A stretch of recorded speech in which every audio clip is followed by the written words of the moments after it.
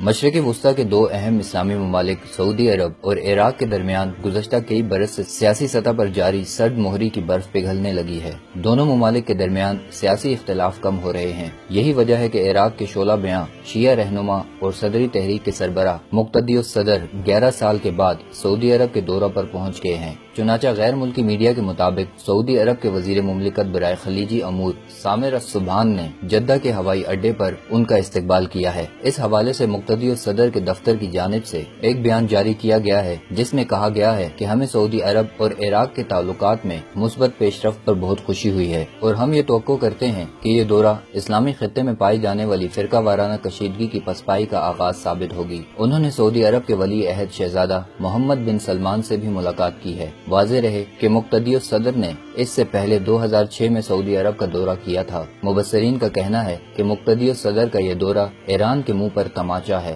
کیونکہ ایرانی قیادت کا یہ گمان ہو گیا تھا کہ عراق اس کی ملکیت بن چکا ہے۔ خیال رہے کہ مقتدی الصدر کا دورہ سرکاری دعوت پر عمل میں آیا ہے، جبکہ دوسری طرف الصدر کے حامی حال ہی میں عراق میں مداخلت پر کئی بار اعلان کے خلاف مظاہرہ کر چکے ہیں کہ مقتدی الصدر عراق میں سب سے بڑی شیعہ ملیشیا کے سربراہ ہیں، جنہوں نے اہل تشیع کے مقدس ترین شہر نجف میں 2012 کو ایک کانفرنس، عالمی علمی کانفرنس الزہرا سیمینار بلا کر خلفائے اربعہ کی فضیلت کا اعتراف کرتے ہوئے ان کا تعریفی الفاظ و کلمات میں ذکر کیا تھا، اور بالخصوص امیر المومنین سیدنا ابو بکر اور عمر رضی اللہ عنہم کے اوپر شیعوں کی طرف سے لگائے جانے والے من گھڑت الزامات کا رد کرتے ہوئے ان کی خدمات اور فضائل کو بیان کیا اور کہا کہ انہوں نے قتل و غارت گری کی طرف نہیں بلایا تھا اور نہ ہی سیدہ فاطمہ الزہرا رضی اللہ تعالی عنہا کے وہ دشمن تھے۔ مقتدی الصدر نے اپنے بیان میں مزید کہا کہ اختلاف رائے کا مطلب یہ نہیں کہ عداوت اور دشمنی کو فروغ دیا جائے، جس میں اس قدر آگے بڑھا جائے کہ بات خلفائے راشدین کی تکفیر اور ان کے خلاف عداوت و دشمنی میں لڑائی تک پہنچ جائے۔ پھر شیعہ مذہب کی پوری بنیاد کو جڑ سے اکھاڑتے ہوئے انہوں نے کہا کہ امام حسین رضی اللہ تعالی عنہ کے خون کا ذمہ دار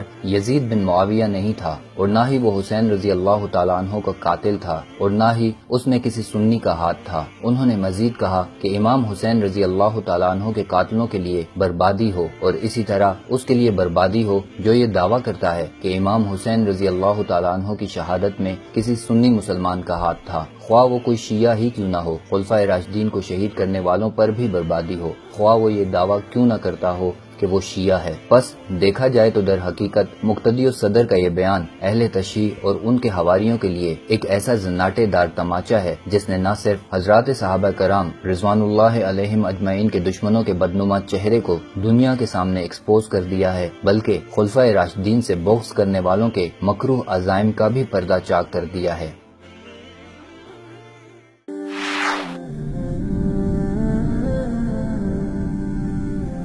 وصال اردو، حق کا راہی